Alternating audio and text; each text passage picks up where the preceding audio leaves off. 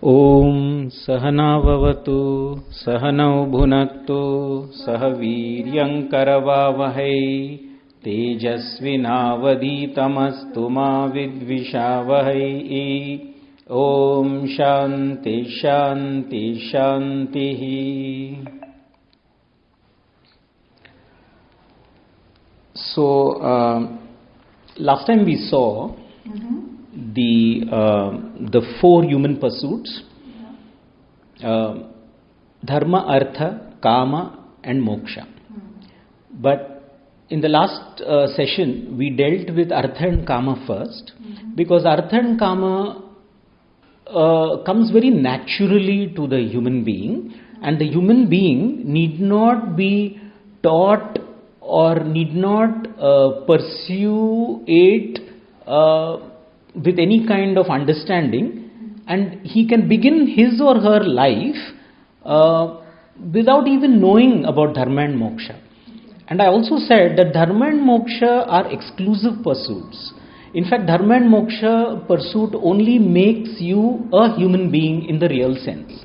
So pursuit of Dharma depends on the choice of a human being, and a human being has to necessarily go after pursuing Dharma.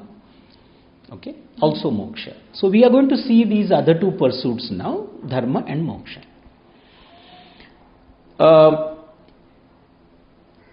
If you look and just understand a bit or study a bit of evolutionary biology, they talk about these two things in the brain, these two parts of the brain called the amygdala, one, and the second is the neocortex. The amygdala is responsible for your emotional responses, for your instincts.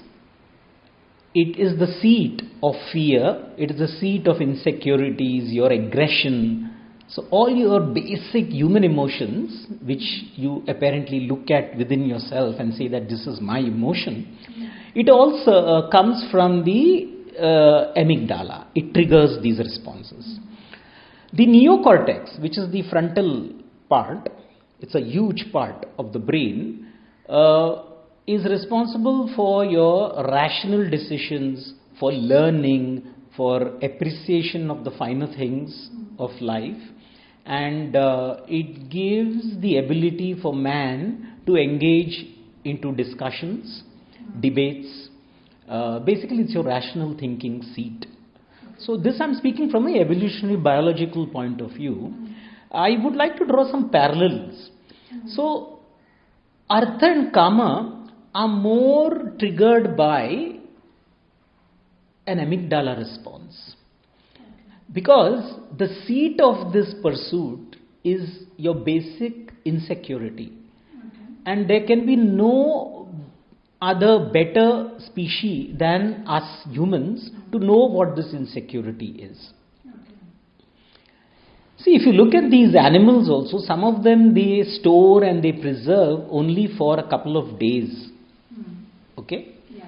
And the human being stocks so much for lifetimes. If it comes to wealth, it comes to pleasure, it comes to anything, the human being wants more of everything. Isn't it? So I'm not going very deep into this topic, but understand that this whole thing stems from an insecurity. An insecurity, a helplessness and a vulnerability which is deep inside. Okay? And I think part of it is to do with your amygdala. Okay? And your search for completeness, your search for wholeness. So that is something we are going to analyze in the moksha part of it. Alright? But at a very superficial level again, when we are just beginning an entry into this topic, please understand that this has also got a biological reason. This constant, this insecurity that we have. Most of our responses are from out of fear and the aggression that we show. So there is a part in the brain, amygdala. Okay? I think more research has to be done on this front, because eventually you'll probably even able to tie up the Shat Ripus, that spirituality talks about, that our Bhagavad Gita talks about. So we will look at that also. So most of our emotions come from the seat of amygdala. Dharma, just as in biology, the so-called thinkers have come to some kind of an evolution. Similarly, the Veda talks about an evolution of a human being. So, Dharma and Moksha are your pathway to evolution, your pathway to growing up. Remember in the first part I told you that senior citizens are growing old in cities. They are growing old after all this fantastic education that they have had, after all the wealth they have pursued. They are growing old and eventually they give up their life in ICUs with pipes and tubes. Yes. Okay? And many of them, I'm not saying all, there are exceptions, but I think almost 99% of senior citizens are passing away, growing old. Okay. They are not growing up. So the growth will happen if you have been exposed to the Veda, the knowledge. This is a body of knowledge. It cannot be underestimated. So the knowledge is that Dharma and Moksha are your pathway to growth. It's a pathway to evolution. And as a human being, you have this choice and take it. Okay? So Dharma teaches you the right way to live. And there is a huge, many do's and don'ts in how to live life, etc. So all that comes under the first part of the Purva Bhaga, that is the Veda. Okay? So as a human being, I pursued Artha and Kama for my feeling of insecurity that I had around me. Okay? Dharma opens the doorway into gaining clarity into yourself. So the human being begins to understand himself or herself better. When he begins to understand himself or herself better, he also begins to see that most of his pursuits are born out of a deep sense of insecurity.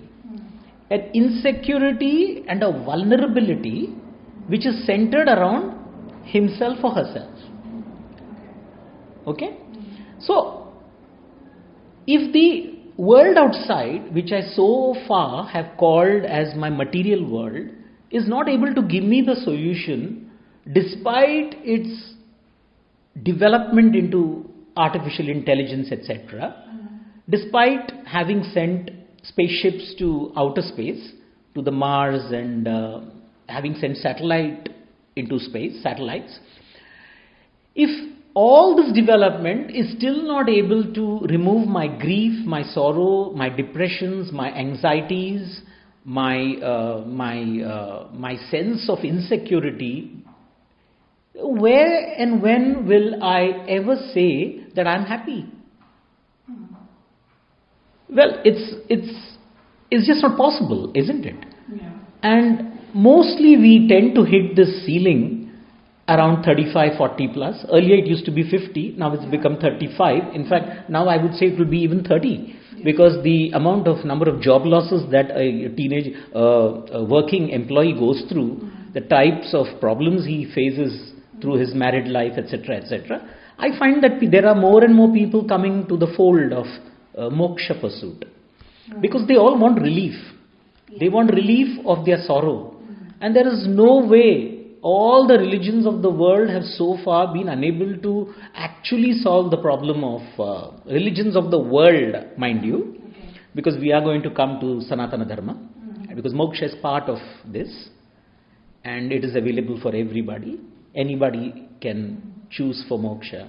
So it has got nothing to do with your background or religion. So this has to be made very clear. So despite all this, their pursuits, if they have not been able to give up their sense of insecurity, definitely there is something lacking. But can the Veda let down a person? Because it is a universal, it gets the status of a universal scripture.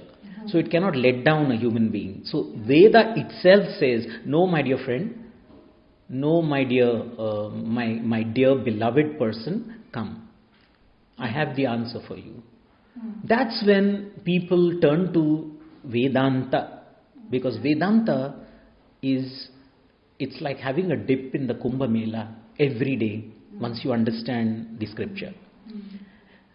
It talks about your identity, that very identity which pursued artha, kama, dharma, all your experiences of life you have pursued. And if all those experiences are yet to make you feel fulfilled and complete and whole and secure, if they have to make you feel like that, and it has not happened, then you are bound to question the insecurity centered around yourself, isn't it? Yes. Don't you think so? Yes. So, Vedanta talks about the identity of the person, and it says that, beloved, you are not what you think you are. Now I will reveal to you, because you have come to the Moksha Shastra, the Vedanta, the Upanishad. Now I will relieve you of all your sorrows. All you have to do is give me time. Give me time and trust me. Trust me. You have trusted in a lot of things in life, starting from right from your birth. Trusting your parents, trusting your family, trusting society. You trusted the governments.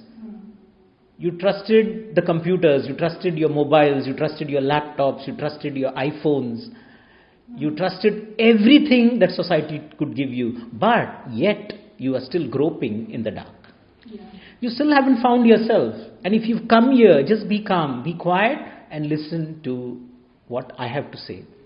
And then unfolds, the moksha part, that is the Vedanta, the Upanishad, is unfolded to such a person. So understand that moksha pursuit is also out of choice. All these Purusharthas are out of choice. The person, because if a person gets disillusioned with life, he need not come to Vedanta. There are other options there for him to escape from his mind. Can you tell me what are the options? So that because of that people go for drugs. Yes. Drink, Yes. Right. Absolutely right. So exactly. So you have people going for drugs. You have people going for holidays, leisurely, still kind of spending time in pursuits. Just whiling their time away, not addressing the problem. Please understand that addressing the problem is important. And that will come out of your human choice. You have to choose this pursuit. Because you can plan a getaway. Physically you can plan a getaway from your problems. And it is actually a getaway from your own mind. Your mind is bound to throw up issues which you're going to run from.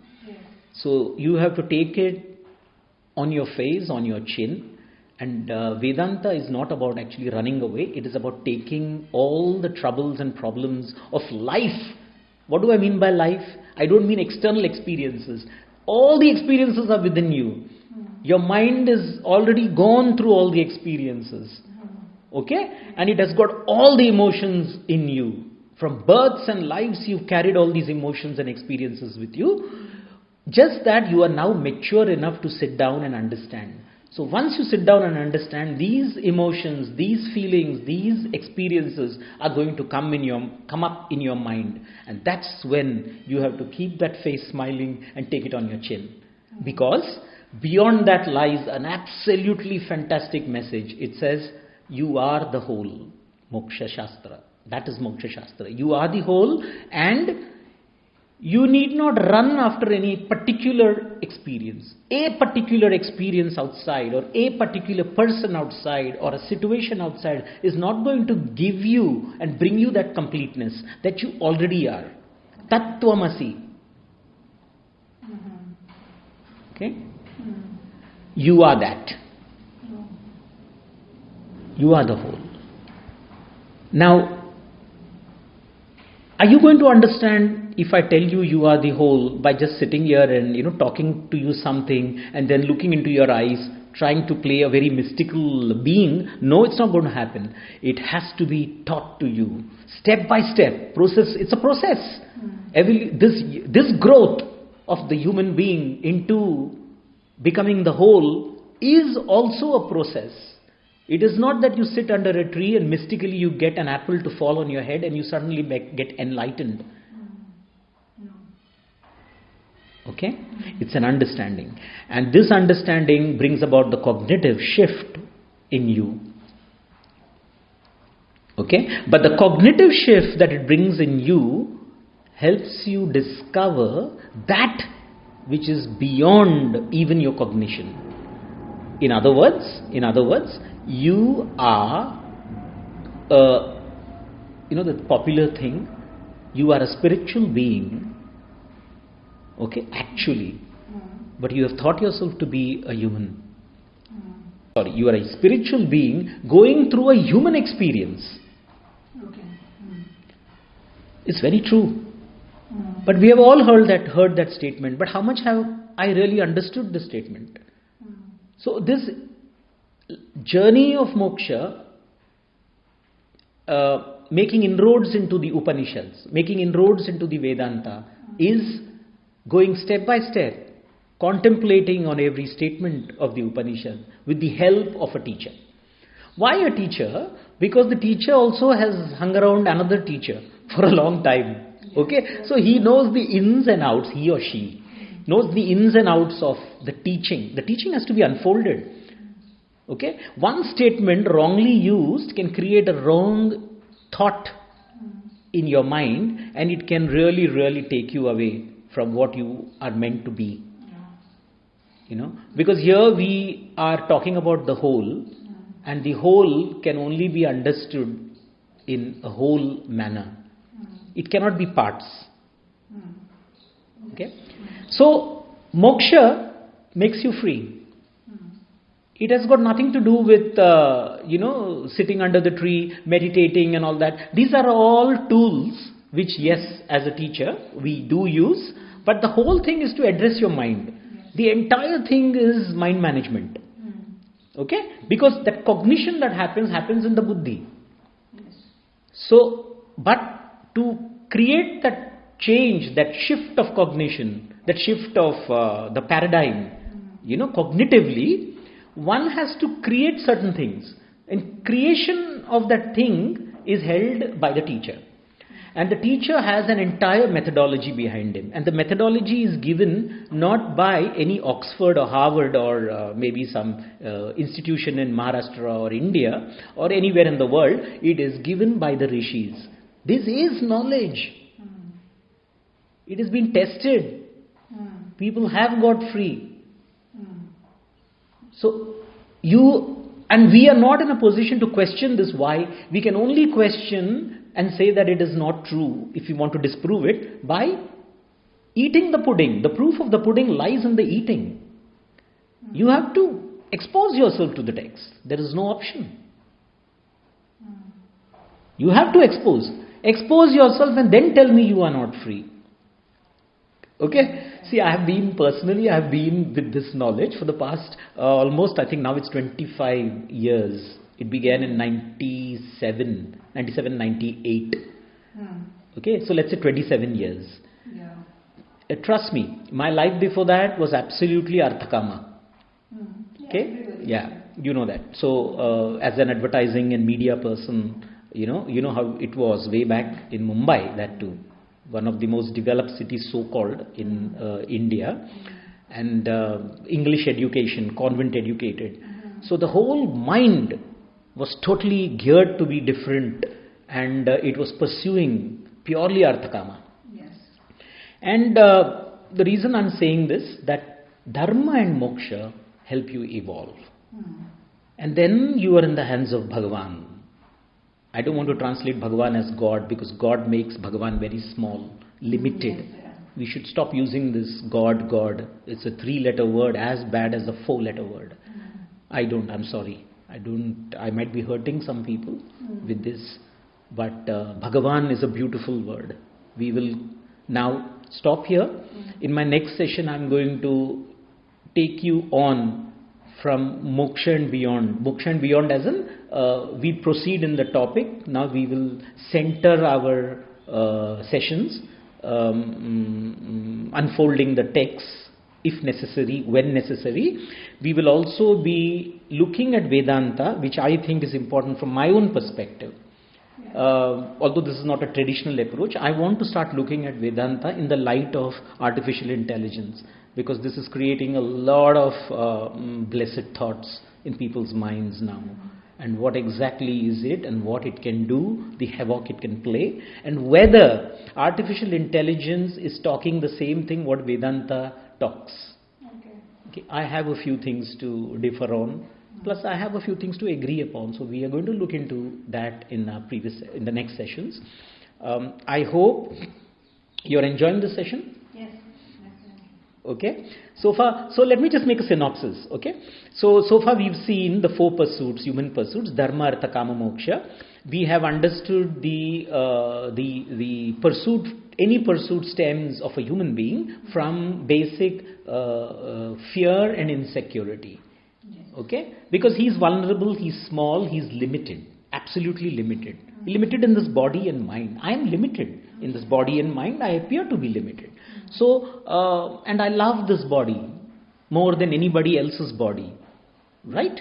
So that kind of attachment we have seen is developed in a human being, and the human being suddenly has to now choose 2 other pursuits, Dharma and Moksha. Most parts of the world, they don't even know that these pursuits exist, because these pursuits have been hijacked in the name of religion. And they are religions, especially Christianity and Islam and few other religions, are very organized and they are structured. So when there's such a structure and organization, it's difficult to understand what Vedanta is talking about. We have been blessed, we have been lucky, we have been fortunate, we have to have gratitude for that we have been born in certain times where this knowledge has been flowing freely, and we've got it somehow. Right? So the human being, when I say human being, maybe many human beings haven't heard about Dharma and Moksha. Dharma, yes, because religion, they have roughly translated Dharma as religion, which it is not. Okay? So, Dharma, Moksha, I doubt if a large part of humanity is yet to hear about these terminologies. So we have got it. In Bharat, we have got it. So let us preserve it. So the human being goes through this, comes to moksha. Now moksha, once you are in the seat of moksha, it is purely only one thing: to get away from all these insecurities that you feel are there. You know, the best part about this is Vedanta tells you that this is not real. What is not real? Your feeling that you are limited, your feeling that you are insecure, your feeling that you are small, it's not real. Now see, there's already a smile on your face. Right? So that's how relieving this knowledge can be. Okay? In the beginning itself it tells you. It doesn't want you to waste your time and I have 100 classes that you come and discover that you are whole and complete. You are already whole and complete. If you really feel and sense that you are whole and complete, you can just walk away. Okay? You can walk away and you can just keep looking for Vedanta. Whichever part of the world you are, it's there in every part of the world today. That's one good thing. Okay? So it tells you that the feeling of smallness, the feeling of insecurity that is centered around you. Centered around you means what? Centered around what you call as I, your identity. You're totally mistaken. It's not that. Okay? So if you're lucky, I will be in the mood to take you into the waking, dreaming and sleeping states that you go through in the next session. You will love it. Okay? You will discover that you are not insecure. You are not small. You are the whole, and there is a possibility, at least you will discover. There is a possibility. The possibility you can only explore through the texts of Vedanta, which is the body of knowledge, the Upanishads. Okay, so let's wind up here. I think we've already 25 minutes. Wow. Okay. Om Purnamadah Purnamidam Purnat Purnam Udachyate Purnasya Purnamadaya Purnameva Vashishyate. Om Shanti Shanti Shanti. Hari Om Shri Gurubhyo Namaha. Hari Om.